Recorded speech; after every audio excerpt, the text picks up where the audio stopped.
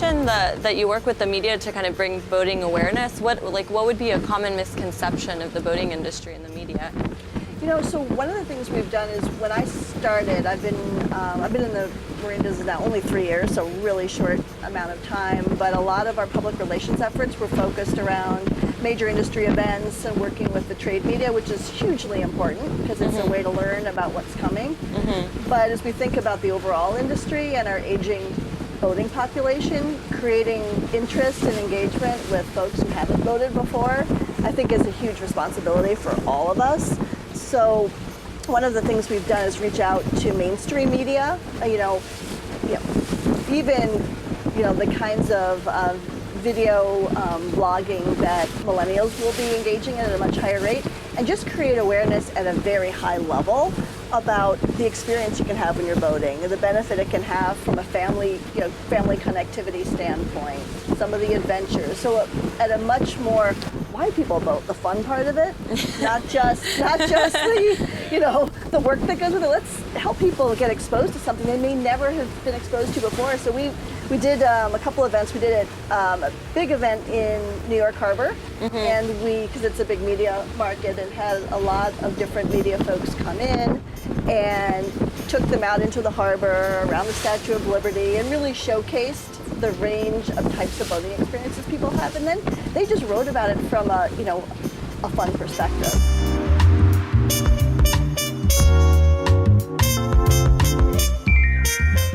Oh, it's amazing, especially with SureShade. I'm not being biased to social media because I'm big into that, but I mean, you guys have been around, and that's, I would say, has a lot to do with that exponential growth that you guys have had. Because everyone that sees it, even myself, first I thought, why didn't I invent that?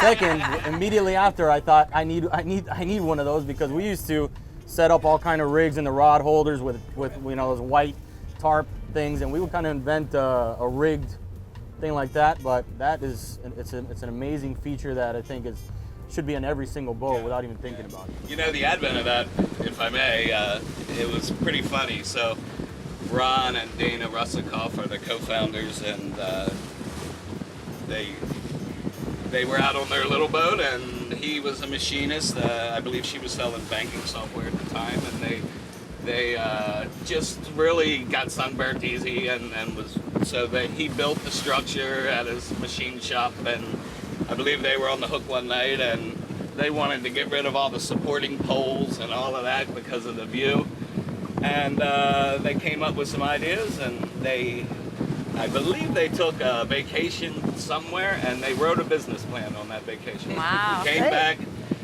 did everything an entrepreneur does, Yeah. You borrow, you beg, and they invented this, and the first one got sold, and I believe IBEX 2007, and believe it or not, I was working for one of the boat builders as engineering manager, and I procured the first SureShade, so that's how we started our relationship.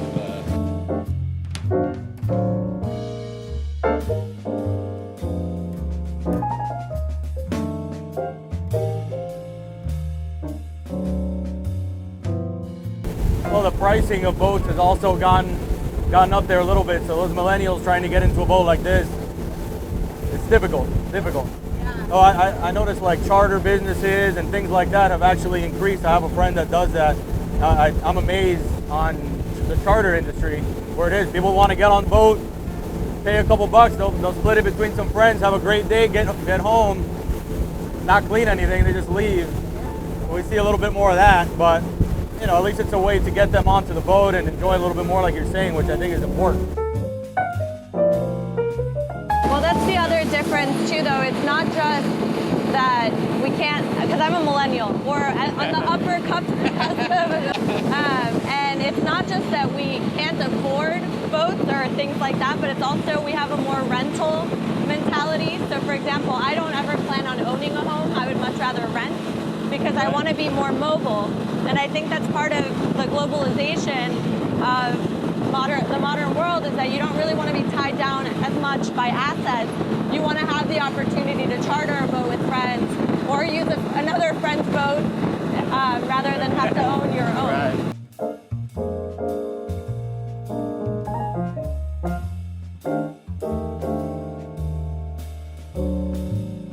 I think people naturally like, for the most part, going out on the boat, enjoying the ocean.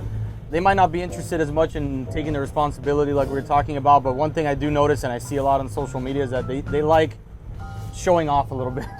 So what I notice more is that someone might go out actually fishing or diving, and they're more concerned about, you know, getting a quality image and photograph. And I appreciate photography. I do that, like, kind of messing around, but that's kind of what they go after. Besides the prized fish that before they would catch it, take it home, eat it, and enjoy it, now they get to show it to the entire world, and that's like a target for a lot of people when they go out. Right. And it works out for me actually in my Ocean Warfare League, because that's actually part of what we do. We encourage people to go out. It's a sustainable type fishing, one type of fish per species, like I had mentioned to you. We don't promote overfishing or abusing any species in particular. And what we do, we get a submission photograph to the website, and I actually promote it all through social media, through the Ocean Warfare Instagram and my Poop Deck page as well. And people really love it. They show their entire family, they tag all their buddies, hey look, you know, and I enjoy that. I think one of my favorite parts is actually the relationships that I end up building from people all over the world through social media. And now it's gone big enough to the point where I almost feel responsibility, kind of going to what we spoke about. And I intend to bring a little bit of kind of instruction, safety, you know, something as simple as docking a boat, how to do it with a single engine, twins, if one breaks down, what do you do? And I feel almost a responsibility, and I think maybe some of us the same. We have the ability to get to that many people.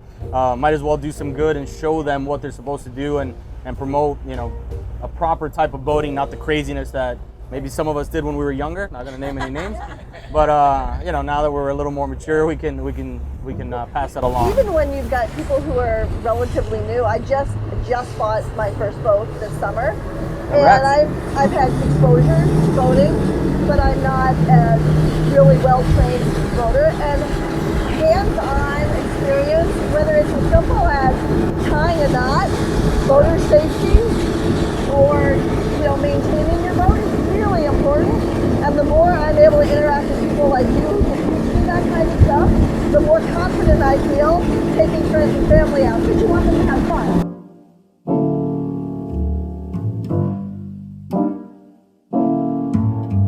You know, you get on a boat and you don't think about how much goes into each particular element and the design of it. And hearing you tell some of those things is actually makes it a lot cooler to get on a boat and think about that.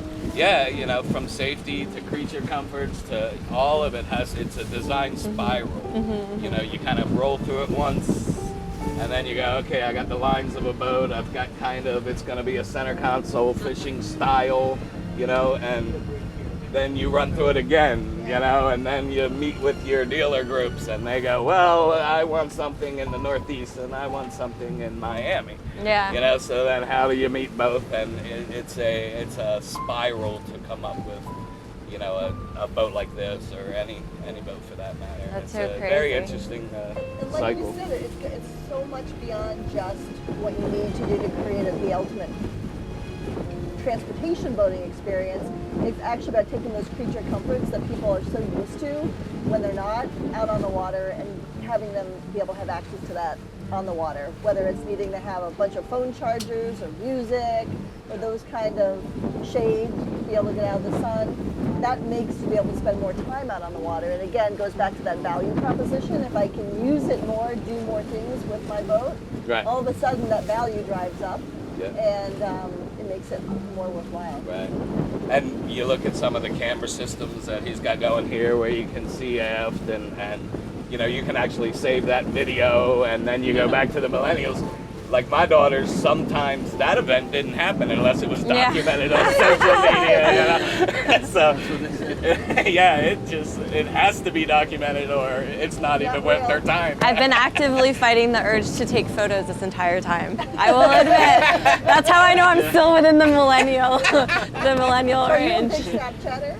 Not Snapchat, but I love taking photos, especially of Miami, because it's just such a beautiful place. It is beautiful. You know, we're here, we get to be lucky enough to be here. I want to share this with other people. But at the same time, one of the things that I like about boating and going out into nature is the fact that it forces me to disconnect and be much more in the moment. So I get all of my photos taken, you know, out of the way at the beginning of a trip, and then I force myself to get rid of my phone and sit and enjoy it. It's so calming.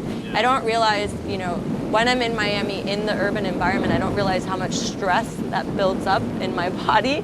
And then the moment that I go out and I hear the water and I feel the ocean breeze and I have the winds like flapping my hair around like crazy, it just completely is like a weight is lifted off my shoulders. It's a mini vacation, right? Yeah. It's like a weekend without boating wasn't really a weekend because you're connected, you checked your email 20 times, even on Saturday night, you know, but if you were out on the boat, you know, every time you're grabbing your phone, it's probably just to take a picture. You're not checking your email, you know, so it really does give you time off. Yeah.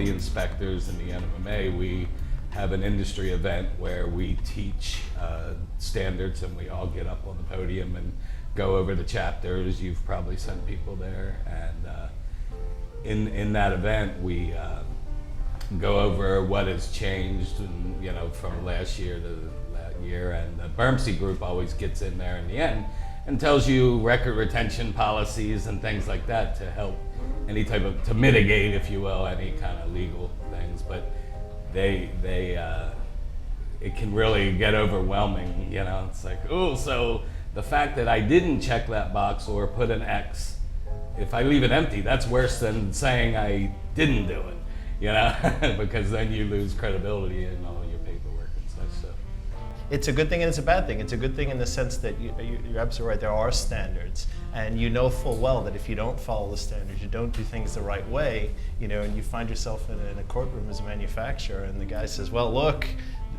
at the rules that you didn't follow. What are you going to say? You're going to have to concede." I mean, it's similar to the environmental rules. I mean, I remember when they started putting pressure on the outboard manufacturers to clean up the old two-stroke carbureted outboards, and people said, "Oh well, this is a terrible thing, you know, that it's the outboards are going to get so much more expensive, and they're going to give us all these problems, and it's a bad thing." And what it ultimately led to was today's four-stroke outboards, which are so much cleaner, quieter, more fuel efficient, a little bit more expensive, but you get so much more out of the engine that I don't think anybody today would say, "Man, you know, we really want to go back to these old engines that were noisy and smoky," and frankly, we realize now unreliable compared to modern engines. Despite all the computers and all the electronics, they're inherently much more reliable engines than the old engines. So those environmental rules have made things much better for consumers. In many cases, consumers that were really opposed to them at the time. That's an example of regulations kind of driving good change. Are there any regulations that you feel maybe would, if they changed slightly, would maybe give an opportunity for improvement in technology that maybe are restrictive right now? Well, I think my personal view is that there may be a way we can go with personal watercraft and electric power, in the sense that I think that kind of, you know, personal watercraft came out, and it was in many ways a great way of bringing people into the boating experience and getting people out on the water. But of course they're noisy, and you know, people drive them like crazy idiots sometimes, and it causes a lot of disruption. But you know, as we are able to move, as battery technology is getting better, we can have electric personal watercraft, and we can maybe reopen some of these areas that they were previously not allowed into, and let people have access to see these things. Because my view has always been that People care about the environment if they can use it. There's no, if you have like a forest somewhere and it's this beautiful, pristine forest, you say, but no people are allowed in there. We don't want people to go in there because they're going to ruin it.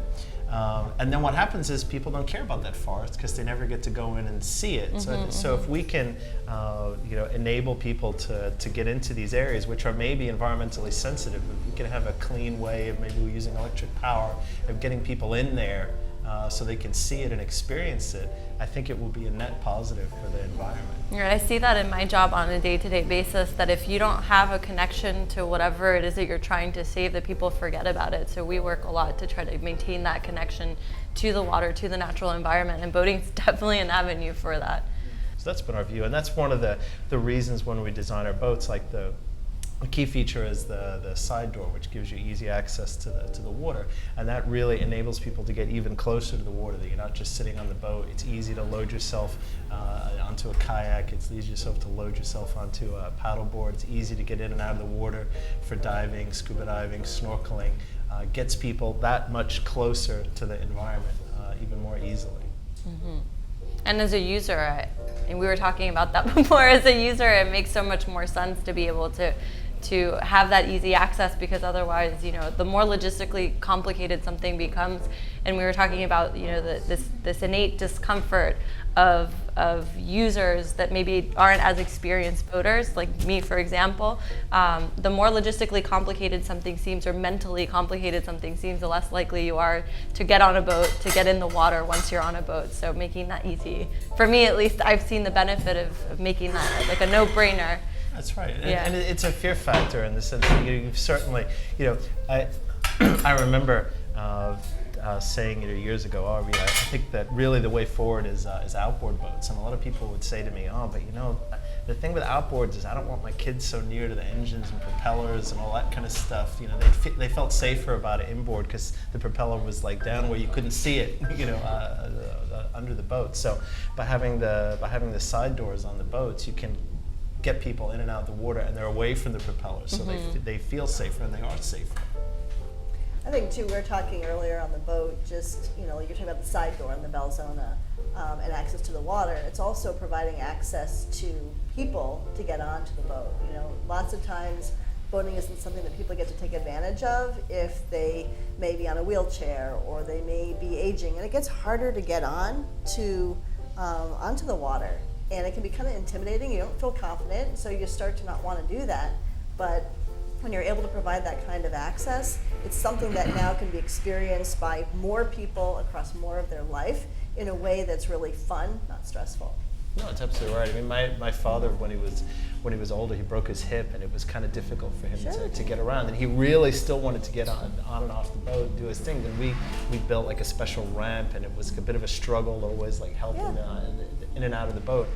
And if we had then the technology now, the side doors, to let him just go to a floating dock and just easily step onto the boat with no ups or downs, it would have been amazing for him. And to do it with pride, right? Yes, because that's it's right. part of what the boat's designed to do. It's not like you're doing something special so that I can use it. Yes. And that makes a huge difference. We were talking about the cost of boating, and there is a cost to boating, obviously, but there's also a value. And with the new, technological advances, design advances, the value that it can give to extending the usage to more people and to more time adds a lot to the positive value equation, I think. Yeah. What was one thing we touched on, I think Margarita mentioned it as well, exposing the ease of boating nowadays in comparison to maybe what it was before. The maintenance, there's literally barely no maintenance issues whatsoever. Trying to take away the intimidation that some people may have with owning a boat, those things that trying to push that, I think, is a big part of what the future of boating should be. To some of these millennials or whoever might be a little hesitant to use a boat and might be leaning more towards rental, charters, and that sort of thing, we'd like to try to get them more into purchasing a boat and bringing back what we used to enjoy and take pride in, not that long ago, but some years back.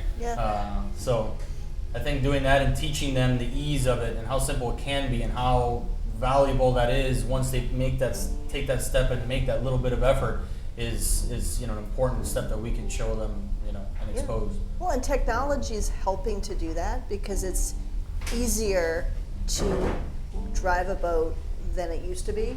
It's still not, you still have to be, responsible and smart, but when you've got technology like, say, like a joystick control, if you haven't docked a boat before, you can do it.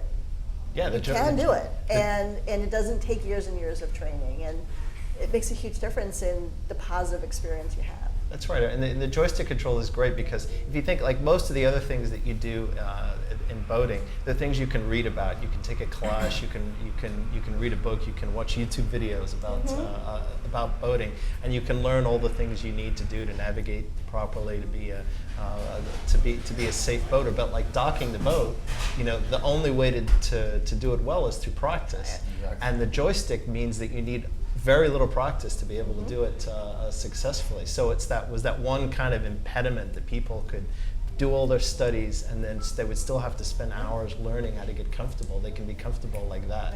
I think at the end of the day, the onus remains on the boat owners to kind of do the mentoring. If you own a boat, and it kind of happens naturally to some extent that you own a boat, you want to go and use it for whatever it is that you enjoy, being it fishing or water skiing or diving or whatever, or just going and hanging out at the sandbar. And kind of the onus is on you. You probably want people to go with you, so people that you invite them, and you should be. I always try, if I'm taking somebody out who doesn't have a lot of boating experience, I always try to get them, hey, drive the boat, try to dock the boat, try to do all these things, get them comfortable. And it helps me out because now I've got another guy that's coming out with me that can operate the boat, that can help me with the boat. Sure. And then it's giving him the confidence that if he says, I could have one of these boats myself, and he'll go and get it. And and this is far from unique to the boating industry. I'm sure you can think of lots of hobbies that you're involved in that it's not because you saw it on TV and thought it was interesting. It was because somebody you knew said, hey, you want to go surfing? I'll show you how to surf. And you go and you learn how to do it. It's very much the same thing in boating. So the onus, I think, is centrally on the boat owners to promote it. It's amazing. It's amazing what benefits technology brought to boating. One of the things that I remember, if you open up an old boating book from the 80s and you look at aerial photographs of Florida, and all of like the sandbanks are just crisscrossed with lines, and this is from boats driving over these shallows. And if you get in a little airplane and you fly over Miami now, there's hardly any. And it's because, and it's all because of the maps on the GPSs and the electronics in the boat that like everybody knows where they are all the time. And they weren't running over them on purpose. They were running over them because they were lost, confused, didn't know exactly where they were, and that's not the case anymore. Now you know exactly where you are all the time. And it goes back to that original user. He walks up to essentially a glass cockpit, and it may have another 30 switches down here, and then it's got this little 3-button thingy here that they might not know what it does, and it can be very intimidating. Like to your point, you walk up, this is like looking at an airplane to some people. Especially when it's something as expensive as a boat, the last thing you want to do is press the wrong button. And the anchor goes, Caddyshack or something. You scratch my anchor. There's and each boat's different, right? Yes, there's similarities, but with all the customization and the new technology and creature comforts, everything can be a little bit different. So I think it's hard to expect every salesperson or every dealership to understand all of the features in a way that they can truly educate. So I keep coming back to, is there a way to embed some of that knowledge into the helm of the boat itself? So it's like, think about, voice activation, asking a question, getting an answer. How do I turn on the navigation lights? Or can I do this? And that's probably more futuristic, but not that far away. And it can make a huge difference. Yeah. You say the voice activation. That's kind of interesting. Actually, I have one of my best friends, and actually my parents have this Alexa from Amazon.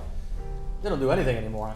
To the point that thing turns on the coffee machine, it closes the shades. Hey Alexa, put the AC at 72. How far is the boating industry from saying, Alexa, turn on my radar, drop my anchor, shut off the engines without touching anything? We see big benefits. Now that with the Skyhook system on the joystick boats now, it's really fantastic, because it used to be that if you needed to stop the boat for a moment, you either had to throw out an anchor, which is a process, or you needed to, hey, hold the boat for a minute while I go and do this and get my lines set up and do that. And now with Skyhook, you just push a button and the boat will stay right there while you do whatever it is that you need to do. And that really is a big benefit as a boater. Very cool feature.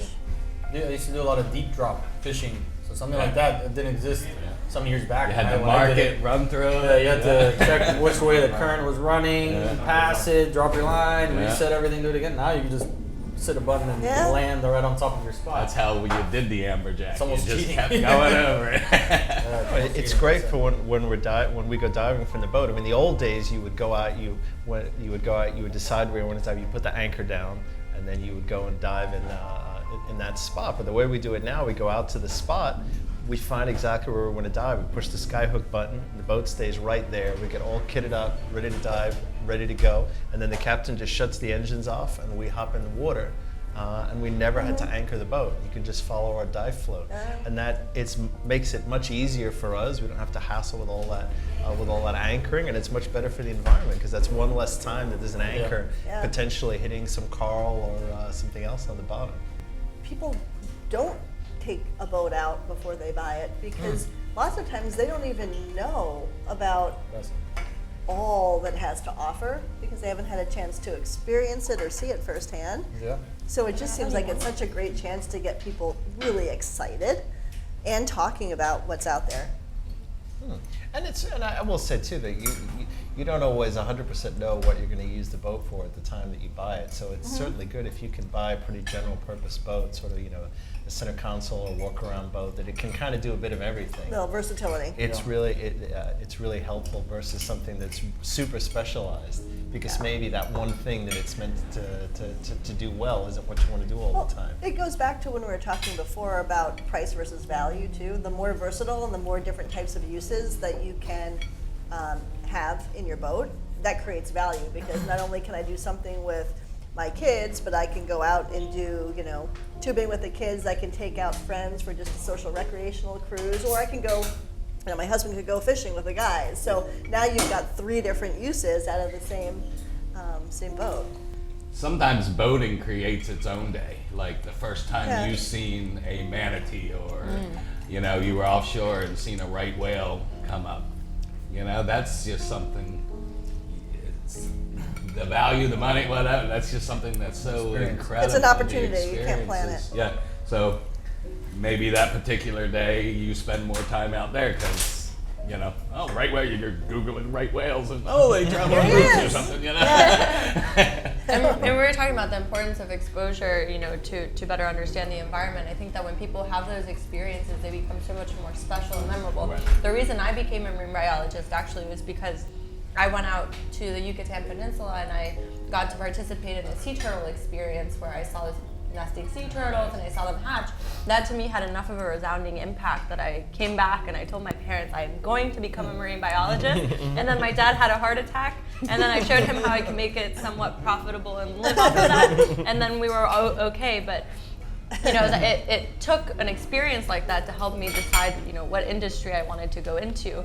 And it may be that some kids that are exposed to boating have an experience like that and they make that same exact choice, but unless they have that experience or they're exposed to it, they won't know otherwise. Which is pretty cool. Yeah, there's so many people out there that really don't know what they're missing. And I'd mentioned before, like one of my most memorable experiences growing up was going out on the boat with my family, fishing with my dad, and a couple of my closest friends that we became our own little fishing team. We weren't any good, but we enjoyed doing it. And I remember experiences as far back as I see photographs and I almost feel like I remember being there. So it had such an impact on me that I've always wanted to do something in the marine industry. I hadn't really figured out what that was yet, and I've worked with several boat builders actually doing this or that, but I didn't have anything specific that really made sense for me. So that's kind of where my social media thing started, and I kind of set out in creating something of my own, something that I can say that I built, that I thought about and made an impact in the industry, and maybe somebody will remember my name and said, hey, this guy did some good stuff. I see that a lot. I mean, a lot of the boaters I talk to, there's a history there, they grew Yeah. up boating, or they had their grandfather take them out for their first time, and that connectivity gives them kind of that water gene. So as I've been thinking about, I'm relatively new to the marine industry, just been in about 3 years working for Mercury, so it's not my background. So I have a unique, at least, way to think of it from how do we get more non-boaters into the industry, because I never would have been a boat owner unless I joined. But now seeing all of the opportunity that boating offers, it's just an amazing experience that I think a lot of people who might not have that boat gene would jump at. But finding ways to introduce them to it through, hands-on experience, going out with a friend, or having a chance to go down to the marina for the day and learn how to tie knots and maybe dock a boat, and building that level of community and confidence, I think would be fantastic for the industry. I think social media has actually helped in that, or at least I feel I've noticed a difference. And it's just that, depending obviously who you follow, but just being on there, you see people with in the middle of these amazing experiences, either fishing or diving with a whale shark, or, things like that. And whether you like it or you don't like it, you can say that is cool. That is cool. I'd like to do that. I might not jump in with the thing, but I want to be near it. I'd like to see it. So that sort of thing, or it's something that the majority of the world is now seeing, which a few years back they could not see before social media began. So now I think just creating that lifestyle through Mercury, Belzona, however, and sharing that, more people are gathering an interest. Yeah. Same thing happens with conservation, the environment. Exactly what you say. If you don't see something, you might not necessarily care if it's there or not.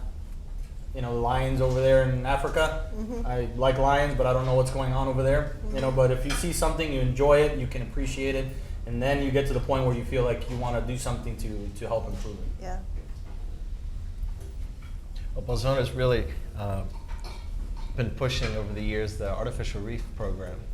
This was kind of a personal thing for me when I moved to Miami in the late '80s, and I started diving all the artificial reefs off Miami. I said, wow, this is an amazing resource, because you can take what's essentially an almost barren desert in the sea where it's just sand, there's not much going on. You place an artificial reef there, and you can build a whole reef community, a whole ecosystem in that area. And it has just an amazing positive impact. So Belzona procured a number of vessels over the years, which we sunk as artificial reefs off of Miami. And they're really fantastic places to visit. It was a very successful program, and we really encourage other companies, if they have the ability to donate to the artificial reef program. It's a great benefit. That is good. Those were some of the first places that I drove here in Miami. Oh, really? Were the different barges that you guys sunk. It was super cool because they're part of the rec trek, right? That's right. You can go, 3 of them are together. You can go from one to another. Yes. That was such a cool experience. And right now, actually, in Miami Beach, we're going through the process of a GeoBond, which is basically financing for government projects. And one of the projects that was proposed, because a lot of us in the environmental department are marine scientists and divers, was to do to ask the community whether they'd be interested in funding an artificial reef somewhere in the vicinity of Miami Beach. I mean, we have some, but I think that there's the people that have access to boats that can go diving, and then there's also a need to have artificial reefs that are accessible from the shore as well, so then people get more exposed to the marine environment. And that's one of the projects that's being proposed, and we'll see how much interest it garners, but it would be fantastic to be adding to the existing program. That would be great. I mean, Miami-Dade over the years really invested in a lot of artificial reefs, but it pretty much stopped a number of years ago. So almost nothing's gone on for many, many years now. So it's really, for whatever reasons they decided to get out of it, other people are going to have to take up the slack to keep the program going. We're trying in Miami Beach. We're trying in Miami Beach, and I have a vested interest. Yes. That's part of the reason why I really enjoy what I do for my job, is that I live in the community where I work on environmental issues. So everything that I'm doing has a value for me personally, and so when people ask me, they're like, well, is it really safe to be swimming in these waters? I'm like, yes. Yeah. Because I go swimming in those waters, so I have to make sure that those waters are safe to be swimming in. Same thing, I'm trying to create habitat that I can go swimming and diving in, because you're right. When I jump in the water, I don't want to just see, dying coral reef. I want to see something that's booming. And if for some reason, we're talking about the fact that once habitat starts to degrade, it's really difficult to kind of stop that particular reef or something from dying. But if you can start creating habitat somewhere else, you know, giving it a little bit of a push, like with an artificial reef, then you're kind of, you know, making up for that habitat within that same ecosystem, and you're providing opportunities for people to continue to connect with nature, get into conservation, and also get into different recreational activities that expose them to water. It's kind of like this closed circle loop that feeds back into each other. You know, people get exposed to water, they want to conserve it, they want to conserve it, they want to take advantage of it, so it just kind of feeds on itself.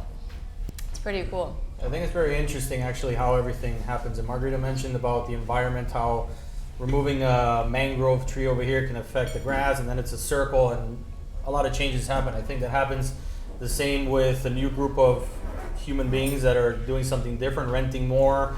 The real estate market has changed completely because of it. The rents are high, things are... So the same thing happens, I believe, in the boating industry. Although it's a change, it doesn't necessarily mean it's a bad thing. I think change forces you to make adjustments, and for the most part, it brings you to a final destination where you're better than you were back here. So I personally like to shake things up. I like when industries get challenged and thrown into a corner, because they're gonna force themselves to come out stronger than what they were before. So that's when you start seeing, I think, new developments, new ideas, new rental boat programs, and new things that are interesting to people, whether they're 60 or they're 18. So I'm curious to see what that does, and I love the fact that it's shaking things around a little bit for us. Disruption can be a really good thing. I mean, we were talking earlier about environmental regulations and having good outcomes from that. I mean, I think the same thing when you look at an industry like this. And if you do shift more to different models that are maybe more participative, then you actually can have pricing and value that, you know, you're driving away from peak demand times, so that you maybe lessen some of the traffic and congestion challenges, which will help the environment and also enable a better experience. So there's a whole opportunities that I think come out of it. Yeah, and ultimately those different opportunities and different businesses people create can ultimately help the boat builder as well. Yeah. The buyers are still going to buy, I believe. The renters are going to rent. Now there's boat rental programs that need boats. You know, it gets you further out there, your reach expands. So, you know, it's not necessarily a bad thing. I think if you approach it correctly, you can turn it into a positive, you know, a significant one. You think in the software world, you know, it used to be you would buy your software, and the companies have kind of moved over to a subscription model. And it's been actually for them very beneficial. They've been more profitable on a subscription model than they were on a buying model. And I think there was a lot of nervousness and hesitation about it at the time within the computer industry. They realized that it was a good thing, and it could be a similar thing in the boating world. That you know, there's nervousness to maybe having less owners, but by opening it up to more people, you actually have if you have more boaters in total, you have more people out there using boats. Therefore, it's making the market bigger. So it, in the end, is a benefit for industry also.